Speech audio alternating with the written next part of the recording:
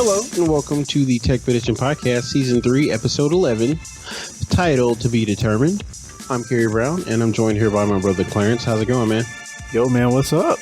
Not much, just happy to be back. Yeah, man. So I've had a dark addiction for a while now. I think I'm on a good path, but so if you stroll into your local Walmart, do you even have Walmart in Kansas City? I don't know. Yeah, there's one right down the street. It's literally like 5 minutes from here. Yeah. So they have all these Oreo brands that you could buy that have kettle corn Oreo. Yeah, so I mean, I've been trying different ones, and they used to be pretty good, but I got the kettle corn, man, and they're horrible. They're horrible. They're horrible. I mean, like, just to prove how bad they are, I've eaten like 3 out of the bag, which normally the bag would be gone already. I've had it for a week. That just goes to show, no, don't do that. But otherwise, tech, man. Tech. What's been going on together? What's been going on in the world of tech? I mean, well, so we have, I guess to start off, Call of Duty Black Ops 4. It's like I got confused there because Call of Duty 4 came out like over 10 years ago. So I was like, what?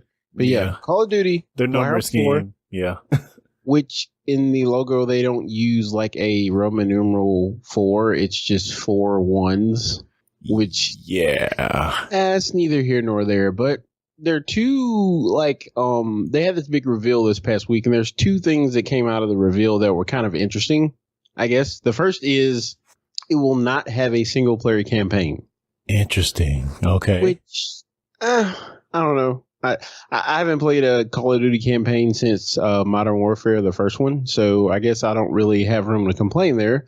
But the second thing is it will have a battle royale mode. Oh, here we go. A la Fortnite and PUBG and what's the other one? What was the other one? DayZ? Yeah, DayZ. I believe so. It's so many of those popping up now. I think the biggest thing here is that, okay, if you're taking something away that a customer usually gets, what are they getting in return? Is it going to be a $60 price point? Or are they going to make it cheaper? Undoubtedly, it's going to be $60. Yeah, see, that's where I have a problem. I mean, it's just, given, I kind of get where they're coming from because they're like 99% of the people that buy this game are going to be playing multiplayer. Because I remember when I was big into these types of games, I would just go straight to multiplayer. Especially with the Halos, the first couple Halos, it was like that. But so I kind of get it, but at the same time, that single player campaign is kind of a value add. Yeah. If you're gonna charge $60 for a game, there needs to be a campaign in it. I mean, that's just bottom line. Titanfall got away with it, but the second game obviously has a campaign. So I think about people like our friend Sergio. Like, he plays these games for the single player, and undoubtedly a lot of people do. So the fact that you're taking it away, I guess on the bright side, at least you know what you're getting. So you're not going to get it. Most people should know what they're getting. So I don't know how I feel about this. I think it should be cheaper. At $40, I can stomach it a little bit better. But it's also like, you see how Fortnite is kind of taken off compared to PUBG. And there's a huge reason for that. Do you know the reason? Well, it runs. I was talking about it's free. It's free. And it's free. Yeah. It's free. Free on every platform. And I think Fortnite's like the biggest game in the world right now. Yes. Apparently. Yes. And if they had charged anything for that game, I don't think it would have taken off as fast. But what's the price point on PUBG? Like, the PC version is on like $30, right? Yeah, it's $30. I'm not sure how much the Xbox version I think is. It's full blown. It's 60 on console, I believe. It's 60? I'm pretty sure. Oh my God. If they're charging $60 for that halfway running game on Xbox, that makes me sad. Yes. Oh, no. It's 29 on the Xbox. Oh, that's all? Yeah. Okay, I lie. I'm sorry about that. I was like, man, I was just thinking about it. I was like, there's no way they could charge $60 for that. But and still, it barely runs. Now, I might get it at that price, but still $30 versus free. That's kind of hard to beat. Free, in some aspects better to some people. So I don't know. This is kind of a tough road. Yeah, you can't beat free 99. That's for sure. So you're an iOS person, right? I think we've had this debate before. Yeah, true.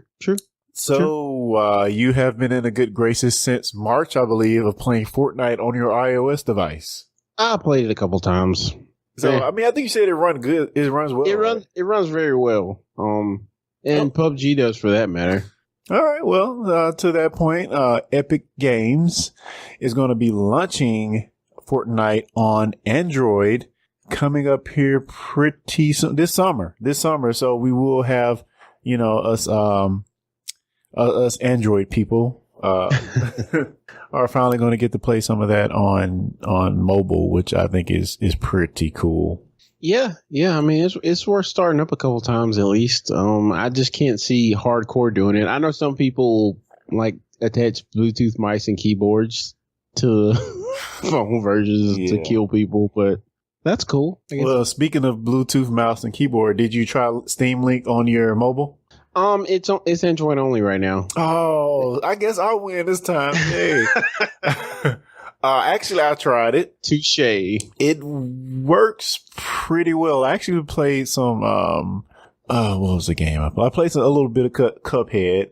Oh, really? And I played some Mass Effect. Now, okay. So, is there overlay of buttons on the screen? Like, how do you even play it? Well, it asks you to attach a controller. So if you have the Xbox One S or One X console and controller, okay, that controller is Bluetooth. Yep. So I paired it to my phone, pretty simple, and just, I hooked it up and played some Mass Effect on my phone in the other room from my PC. So it worked fairly well. I was kind of surprised. Yeah. Oh, really? Yeah. Now, I don't know if I'll be playing. Maybe if I had an iPad, it might be a little better. The phone is small, but still, I was surprised at how well it worked. So, Steam doing their thing, I guess. Yeah, it's interesting you mentioned it because, like 3 or 4 months ago, they have every so often, Valve will have like a 90% off the Steam Link. So I got one for like $5 and I haven't even taken it out of the box yet. Oh, man. My plan is to put it on a television downstairs. I got to get my Plex server reinstalled, but yeah, that's the plan, is to put it on television downstairs so I can play games there. We got a wired connection down there, so it should work pretty well. Now, is the Steam Link wireless or is it purely wired? It's wireless. You can use wireless, but they encourage you to have use Ethernet. So yeah, because of the connection speed, which most phones have wireless AC, maybe, which is pretty darn fast. I think it's 300 megabits. Well, AC is like a gigabit. Oh, is it a gigabit? Wow. Yeah. I mean, I'm pretty sure my phone has it, but I could see it working way better with a wire connection. So, I'm all for that. Right on. Cool. So what we got next? Did you hear about the adaptive controller Microsoft released? Yes, I saw this turntable looking thing. What is this? Well, first of all, don't look at it's not the YouTube comments. Don't look at the Facebook comments for it, because people are being real a-holes about it. Really? They're like, wow, Microsoft released another DJ Hero. LOL. But seriously, this is for accessibility for people with disabilities. And you have the 2 trackpads there, which is cool in and of itself. But the really cool thing about this controller is that you can attach pretty much anything to it. So you can attach all kinds of buttons and switches or whatever to it, whatever will help, a disabled person make it easier for them to play games. So I don't know if you look, but if you look at the back of the controller, the back panel, it's got an icon for each button on the Xbox controller, and there's a plug. So you can pretty much plug anything into it. I mean, I think it's like not a quarter inch, a 1/8, jack or whatever that you plug the whatever peripheral into, and you plug it in, and you can pretty much map each of the buttons to a separate device, whether it's just a button or whatever kind of accessibility. I saw where somebody had plugged like a nunchuck from a Wii into it. Like, oh wow, yeah. So I think this is really, really cool. They're the first company to do something like this, and it's gotten a lot of good press for them. So I figure it's worth mentioning. Now, what I thought instantly when I saw this, other than my rude turntable comment, is is I immediately thought about this being hacked, and it seems like it could easily be modded for, I don't know, rapid button input or things like that. It seems like what it allows on the board would be prime for somebody to try to hack it to do, control things. Yeah, I suppose that could be the case. I didn't really think about it like that, but yeah, you got a point. And I guess it's probably not a big deal because you can buy third-party controllers that, do the same thing already. So maybe not a big deal, sir. But, I mean, like I said, I just think it's amazing that they're even doing this because, I guess Microsoft's you're just used to them doing like stuff, horrible, bad stuff that gets them negative press. And this was one thing that, everybody pretty much universally was like, good job, Microsoft. And I haven't heard that in a while. So the controller itself is $100. So not bad. They kind of can't afford to play it safe at this point. They are, from all reports that I've been hearing, they're pretty much getting whooped right now, man. It's not even close. Yeah, they're getting destroyed. So they're in a position at the bottom to kind of, throw everything at the market and see what kind of bubbles up. Yeah. I think it was a brave, bold move by them. So good job, Microsoft. That feels weird even saying that sometimes. So let's get into a bit of streaming music services. First, let's talk about Tidal. Have you ever used Tidal, sir? I think we may have talked about this before. Have you ever? Sprint, when I was with Sprint, we switched from Sprint to AT&T when we got our iPhones, or we switched from Sprint to AT&T in March. But the previous 2 years we had Sprint, and they offer you, apparently they have the same parent company or they owned or something. So they were like free 6 months of Tidal. I don't know, maybe they have a stake in Tidal or something. And I registered for the free trial and I downloaded the app on my phone and I never used it. So I couldn't tell you anything about it. The only thing I hear is that it has really good sound quality, but the interface sucks. That was pretty much what I heard about it. Yeah. So apparently a report from, well, I'm looking at this on The Verge, but they're, reiterating somebody else's story. Yeah, Tidal seems to be in huge trouble. Apparently they're months behind on payments to the big three music labels. Yeah. Which, wow. That's just, it's kind of sad from one sense because I want to see Black-owned businesses do well, which Jay-Z has a large stake. He may be the majority owner, I'm not sure, in Tidal. But man, it seems to not be doing well at all. And I guess my biggest thing about it is that when you have such a behemoth, unless you're doing something different and innovative to try to knock them off and to try to take the market, you're just kind of at a bad position and it's hard to bounce back from that. Well, I mean, it's just one of those things where, how they say, if you're breaking into a market, in order to get people to switch from what they're using, it has to be like 10 times better or something. Yeah. Like they could be just as good as Spotify. They're not, but they could be. It could be just as good as Spotify, but if it's just as good, why do I need to move? Why do I need to switch? What's my incentive? And I think they were going on sound at first is kind of the thing. But I get that, but I guess just to offer a counterpoint to that is that most people are listening to these songs on a phone or very bad earphones. And most people don't pay like more than $50 for their headphones. Yeah. We have, but like most people don't do that. And, they're listening to the cheap earbuds or the crappy earbuds that Apple ships with their products. They suck. I hate them. They don't even fit my ear. But, it's like, who are you selling this to? Yeah. Like the lame, you got to cater to the lowest common denominator. And most people just don't care that much about sound quality. Yeah. That's the best thing about your app. Then, yeah, it's kind of hard. And I mean, Spotify pretty much owns it, and Apple's doing pretty well as well. So I mean, it's a tough game to be in right now. So yeah, I mean, there's the whole devaluation of music thing, and like you didn't even mention this, but another thing that Tidal's getting in trouble for is apparently they had a bunch of falsified stream numbers. No. So when Kanye's Life of Pablo came out and Beyonce's, was it Lemonade? Was that the name of that album? Yeah, I think where it's she was Lemonade. like beating up a car with a bat or something? Like apparently they artificially inflated their streaming numbers, and and I don't know if they were necessarily even paying the artist, because if you remember, like after like Kanye, before Life of Pablo came out, Kanye was like, Tidal, this is only gonna be on Tidal, so if you want to listen to my album, you got to get Tidal. And then like a month later, it was on Spotify. So it was like I'm sure that his numbers weren't where he would have liked them to be. Yeah, but yeah, they're in all kinds of trouble. And I actually think Jay-Z sold Tidal, if I'm not mistaken. so he doesn't have a stake. I mean, and it's also like, okay, just a good example for the gamers out there is Titanfall. You know, Titanfall was just on Xbox at first. Did really well, you know. It did okay.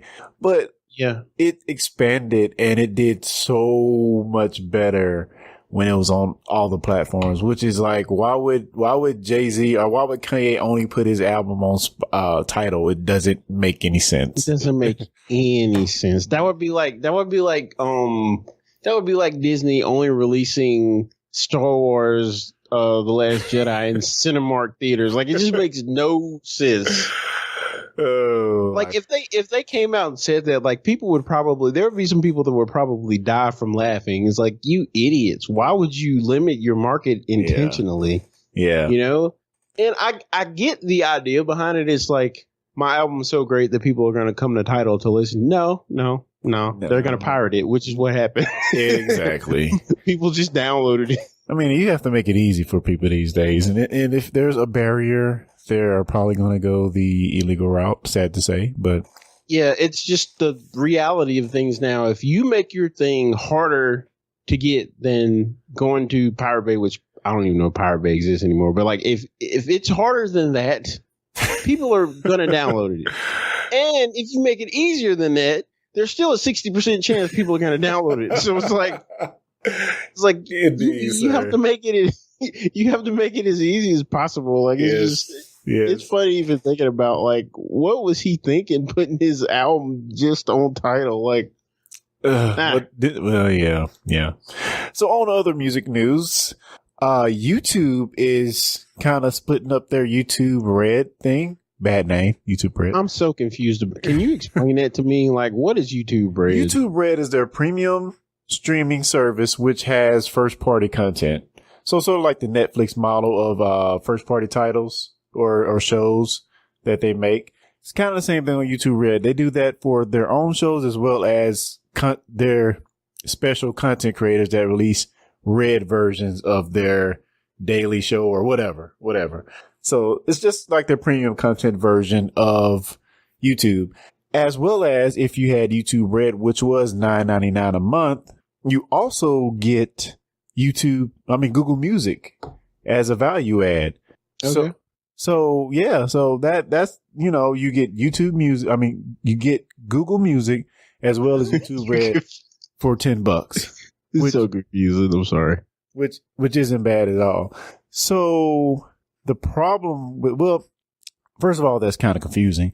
So what they're doing is, which I don't think is any less confusing, is they're changing Google Music into YouTube Music. Okay. Changing Google Music to YouTube Music. And if you want the old YouTube Red version of YouTube, you have to pay $2 extra on top of that. So it's going to be what? So it's going to be $12.99 for the YouTube Red equivalent in this new apps, new service that they're rolling out sometime soon. Okay, so, that's I don't know. I just don't think of music when I think of YouTube. I'm sorry, but no. A lot of people do go to YouTube to look at music videos, and that's kind of the kid thing today these days is to go to YouTube to actually stream and listen to things. I don't get it, but if you're in a pinch and want to hear a song, go Google it on YouTube. Well, yeah, I've heard of people doing that before, where like at work they'll just pull up a YouTube video and just go to another tab and use that. Like I've heard of people doing it before. That goes against everything I believe. It's like a gross, disgusting, horrible waste of bandwidth. But yeah, Mark, you're right. Cobra Kai, which I still haven't seen. One of my buddies at work was telling me that it's awesome, and I think like the first 2 episodes of it are free that you can go watch. I still haven't seen it yet, though. Have you seen it? I have not, but yeah, you're right. The first episode is free, and I have heard it's good as well, so I do want to check it out. So maybe I'll try to get to that this weekend. Yeah, I need to watch it because I just look at the trailer and I'm like, man, they look like death. They like death. Dead man walking. They literally look like Death on Two Legs to make a Queen reference, and it's like they're like, let's settle the score. And it just doesn't look interesting at all to me. So yeah, Mark says it's awesome. So yeah, so I've never heard Mark call anything awesome before. So I definitely have to watch it now. Oh man, but yeah, there you go. YouTube Music, YouTube Premium, blah blah. More confusion. Google likes to make things confusing. They do. They really. That's kind of their knack, I guess. So now, so did you see anything from Google I/O? I think it was last week. Did we talk about? I don't think we did. But are you talking about the thing where he's like, make me an appointment, and then the robot calls like the hairdresser or whatever, and then makes the appointment for him, and then he calls a Chinese restaurant, and they're like, we don't make reservation. And they're like, okay, well, we'll just come in. What time should we come in? But the thing is, the AI was intelligent enough to navigate the conversation and make some coherence out of, this is a freaking computer talking to a person. Yeah, it was pretty impressive. Allegedly. So that's kind of the story. So the story I had was that real or was it staged? Or was there like, did the person they call already knew? So there's stories out now. They're trying to get Google to tell us what were all the surrounding circumstances, because it makes a big difference. It makes a big difference if it's somebody with a script knowing what to say versus a random person at a random restaurant that you're calling to make this appointment. So yeah, that's the thing, and like I don't want to like harp on this too much, but when you call a business, like I've rarely called a business, and we have this Chinese place that I eat at, which makes the comparison that much. It stand out that much more to me because when I call there, they never say, how may I help you? They just say the name of the restaurant. Like they don't say, hi, may I help you? So I see that the article that you posted, it kind of alludes to that they may have been reading the script or something. So, but Mark brings up a good point, is that when they finally release this, they're going to preface the conversation with saying, this is Google calling on behalf of blah, blah, blah, and then start the conversation. So it's funny. What I heard them say on Twitter is that when people heard that, they just hang up. So I don't know if that's going to fly. Revenge of the Robocaller. That's what that is. It's like, man, I can't tell you like how, like I have AT&T and I love my Uverse and I love my AT&T fiber, but it's like you call and it's that, but it's the company, and it's like, you're talking to an AI and it's so annoying. Like you almost want to just like scream obscenities at it, because it's like, just get me to a real person. Yeah. And he's like, okay, I'll connect you to a real person, but first, please tell me why you're calling. And it's like, it makes me so angry. Well, you know what? I'll if that worked, if you give them your information and you tell them what you're calling for ever translated to when the person picks up the call, I'll be fine with it. But 90% of the time, especially with Comcast, you do all this stuff, and when the human finally picks it up, you have to repeat all that crap again. Pretty much. So, like, what is the point? Even when I'm talking to people, I have to do that, because it's like they'll just punch your call over to some other department, and they won't even hand the call off. They'll just be like, it's so etiquette, like that people. Is so annoying. Etiquette. It's so annoying. Yeah, I totally agree, man. But yeah, Mark says they did tons of calls, and then the two that they used were successful. Oh my god, that's so funny. Yeah. But you watch that video and it's like, oh my goodness, we're gonna get killed by robots in like 10 years. It's scary almost. Well, you take that coupled with the company they sold back off, Boston Dynamics, put that together, and I'm totally scared right now. I mean, technology is freaking advancing pretty quick. Yeah, I'm becoming uncomfortable. But one thing I will say though is I know I've been plugging AT&T a lot, but if you do have AT&T, I just want to give you this pro tip real quick. AT&T has an application called Call Protect. And like, I get a lot of random calls, like a lot of random robocalls, and like the government can forgive your student loans. Please hang, that kind of crap. Your warranty is going out. Exactly. And it's like I install this app and it blocks all that. And it's the first one and it's free. So I just figured that was worth mentioning. Pro tip. My pro tip is just never answer the phone. Which is what happens. In the words of Jason Mraz, I do not answer the call if I do not know who is calling. Oh, man.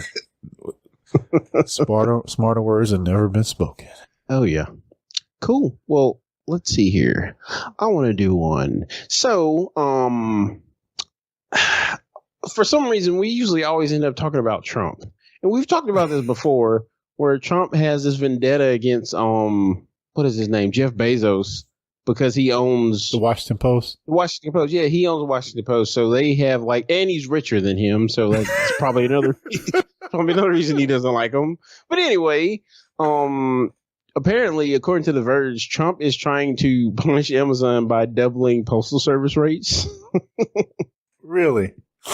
The Postmaster General, he's trying to push the Postmaster General to double shipping rates. And Trump got on he was on some press conference or something. He just had this rant about how Amazon is, the USPS is Amazon's personal shipping boy. And I'm just thinking to myself, aren't they everybody's shipping boy? Like, that's what they do. It's the point of the, but anyway, it's like, he was saying how Amazon makes the postal service lose money when in fact it's like against the law for the postal service to lose money on delivery.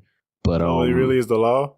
Yeah, but that's like neither here nor there. But now he's trying to like double postal service rates. It's not going to hurt Amazon. It's going to hurt us. Yeah, well, people like you and me. To your point, I think Amazon has already started to hedge against this. We got that Twitter rant a couple months ago where Trump kind of went off on Jeff Bezos and Amazon, which, if you saw what he said some good stuff. They are raking the post office over the coals. But Amazon has countered that, which, like you said, we're going to feel it the most, which they've just raised the rate from $99 a year to $120. Was it $120 or $119 a year? I think it's $119. Yeah. So go ahead. Yeah. Another thing I wanted to add, which you talk about Amazon hedging. So I ordered where is it? I ordered this thing called a cloud lifter for my dynamic microphone, and it didn't come from UPS, didn't come from FedEx, didn't come from USPS. An Amazon employee drove to my house and handed it to me. At least here we have Amazon fulfillment. So like we buy certain things that have 1 day shipping, like same day shipping. So like if I order something before noon, like the Amazon people will bring it to my house. You suck, sir. You suck. Like they don't, it doesn't go through the USPS so like they're already hedging against it. They're forming their own fulfillment company. I don't know if it's just in trials now. They even have something here where, like Amazon has trunk delivery, so you can order something, and then they'll just come put it in your trunk. So which is weird. But if you have some of the home automation doors, they can do it in your house as well, I think. Yeah, but that's actually cool because like we have all these crackheads that walk around like. And they literally wait for packages to be delivered, and they walk up to people's houses and they take them off of their porch. So the trunk thing makes a lot of sense. Yeah. But like they're already hedging, and I just feel like if Trump keeps pushing, it's going to end up hurting the USPS more than anything, because I feel like at this point Amazon's probably helping them stay in business. Yeah, which is funny because I feel like this is a hard fight to have, because I don't know about you, but I rarely get a package from Amazon that's from the USPS. It's always from UPS, or I think I've got one from DHL before, but it's almost never the postal service that's delivering it to me. So to have this argument and have this fight, I'm a little puzzled, but I'm sure they're still raking over the coals, like he says. So. Yeah, I mean, I'm sure the deal is probably favorable to Amazon. But at the same time, it's like they didn't put a gun to the USPS's head and say, sign this piece of paper. Like they agreed to it. So hopefully it's beneficial to both parties. I don't know. And I would I would hope that they can, as a government service, I hope that they can put themselves in a position to grow. But you said it may be slowing down, but I think as things go online, like shipping is going to be more and more. So I agree. Retail is largely, I'm not going to say going away, but is waning greatly over declining. Yeah. So I mean, if they put themselves in the right position, I'm gonna say don't try to charge us exorbitant amounts, but if they put themselves in the right position, it could be a good business for the government. It's like, dude, stamps are like 40 cents a stamp now. Like, that's ridiculous. Like, I think is it only 40? I'm pretty sure it's 40. I remember when it was like a quarter. I'm old. Yep, I remember 29-cent stamps. Yeah. Back in the day. Oh, wow, I'm sorry. They're 49 cents. Yeah, I thought they were a little bit more.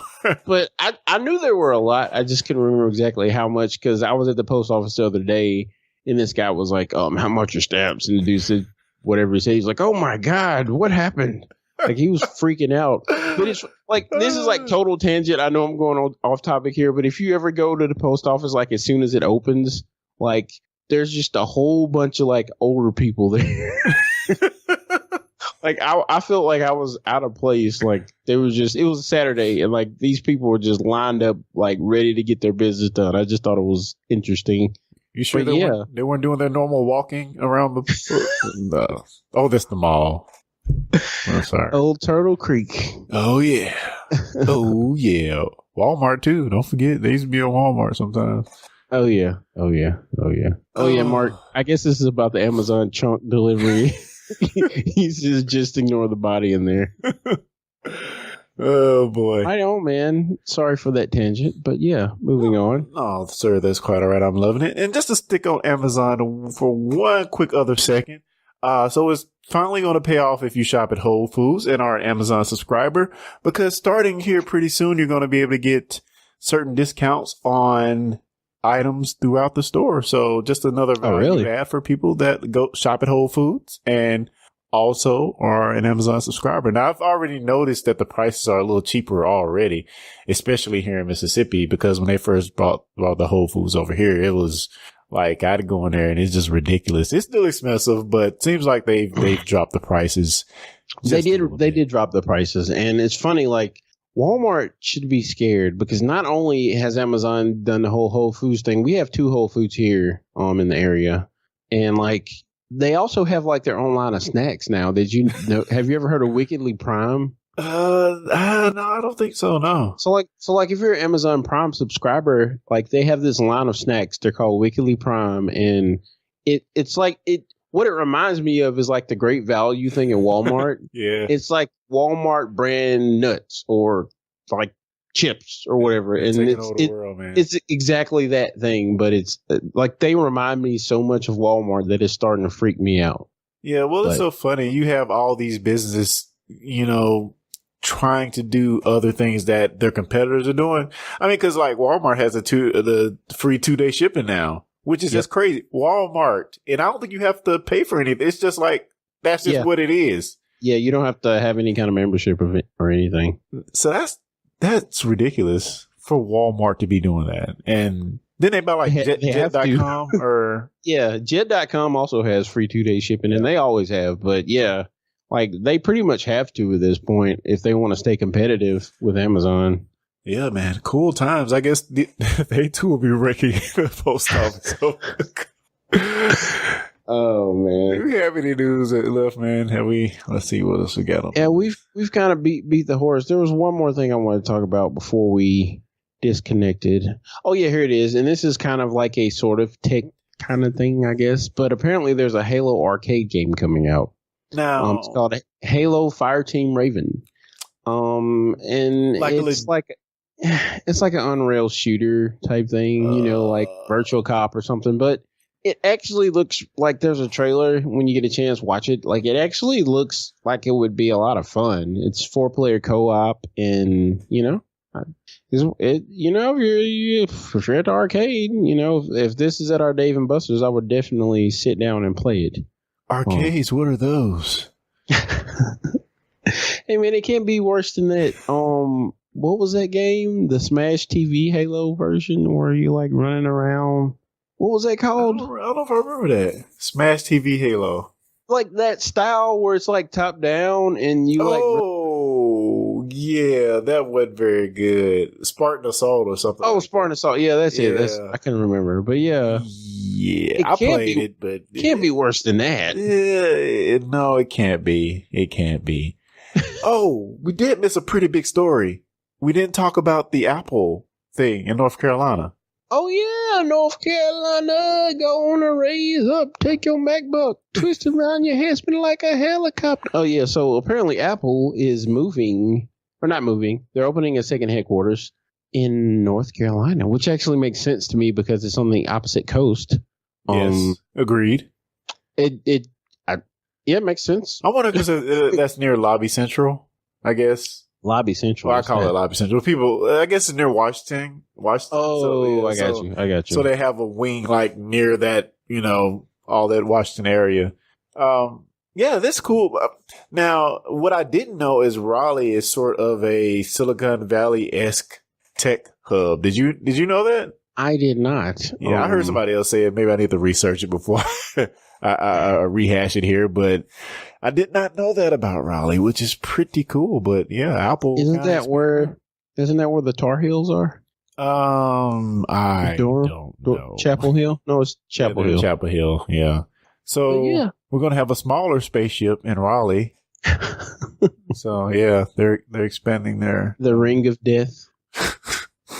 I mean, that just looks like some futuristic like cult or something. It looks like something Tony Stark could have for like a particle accelerator or something. It doesn't look like a headquarters. Like how like that just does to me. That seems like that's just a huge waste of space. What is that in the middle? Is that like a wildlife refuge or something like that? Area. They're giving back to the environment. So when you get like stressed out, you just go stroll through the forest, like get lost, can't get back to work. Like I don't think my mind is comprehending the scale of how like large that place is. It's probably like you could probably fit a football stadium in that opening in the middle. Dude, okay, go to YouTube and look up drone flyovers Apple campus and be amazed. Be amazed. Okay. So, guys, I think that is our docket for today. Okay, that looks scary. Wow. Anything else you want to talk about, man, that's not tech related before we adjourn? Did the Cavs lose again? Oh, man, I don't know. Is it on right now? The game's on right now, I think. Oh, man. Cavs. Oh, they beat them. Cavs are in wire-to-wire victory in Game 3. Okay, so I guess they're not getting swept. Hey, don't hate on LeBron, Brian. The Celtics don't play very well away, so I guess it makes sense. Cool. Well, I have something that's kind of a takeaway before we get off the show today. Sure. So let me look it up so I'm not misquoting. They are bringing back Thundercats. Are you serious? Thundercats. I hope it's better than that Voltron remake that they made. But, oh God, you were finna fall out of your seat, dude. So the name of the new show is called Thundercats Roar. Oh my gosh, I gotta look this up. Think Teen Titans Go for Thundercats. Oh my God, no. I saw this in they're destroying Teen Titans Go is actually an awesome show though. This might be awesome too. It just looks ridiculous. It really is. Yeah, I saw that. This is terrible. It's the funny thing is like that video there. The guy who's doing it is apparently like a huge fan. I'm like, if you're a huge fan and you are so adherent of the source material, why are you putting out this? It looks like crap. It may be okay. It looks horrible. Don't make a Teen Titans Go version of oh man, that just makes me sad. It looks like Adventure Time or some crap. The art I know people love that show, so don't like kill me, but Mark says so crap. No, I agree, sir. I agree. Now, I will say this. Look up Teen Titans Go Beast Boy rap and be amazed. It's so good. It's so good. I used to think that show was dumb too, but it's actually really, really funny. Who's the audience? Teen Titans Go fan. Well, I'm just saying, is it like a younger audience? Because like the Go and the Roar and all that makes me think it's like for, I don't know. Yeah. All right, guys. Well, we are wrapping up things. Thanks everyone on the live stream for joining. Care. Thanks, guys. We'll see you next week. Until then, peace. Very, very quick. Techpedition. Very, very quick. Techpedition. Very, very quick. Techpedition. Very, very quick. Techpedition. I can't beat that. I just smells burnt and dusty. Hey guys, don't miss an episode of the Techpedition Podcast. For more information, go to techpedition.com/subscribe. TechPedition.com. Dude, Beast Boy goes hard, man. He goes hard. Check it, boy. I gotta go boat, gotta go star, gotta go bear, put 'em in the gold car, gotta go fish, fill it with some gold food, gotta go me, I call him the gold dude. I love that little rap. I'm making money, the pyramid. The pyramid, mummy money. Making that money, the pyramid, mama money. I'm making money, the pyramid. Oh man, but yeah, like I don't know.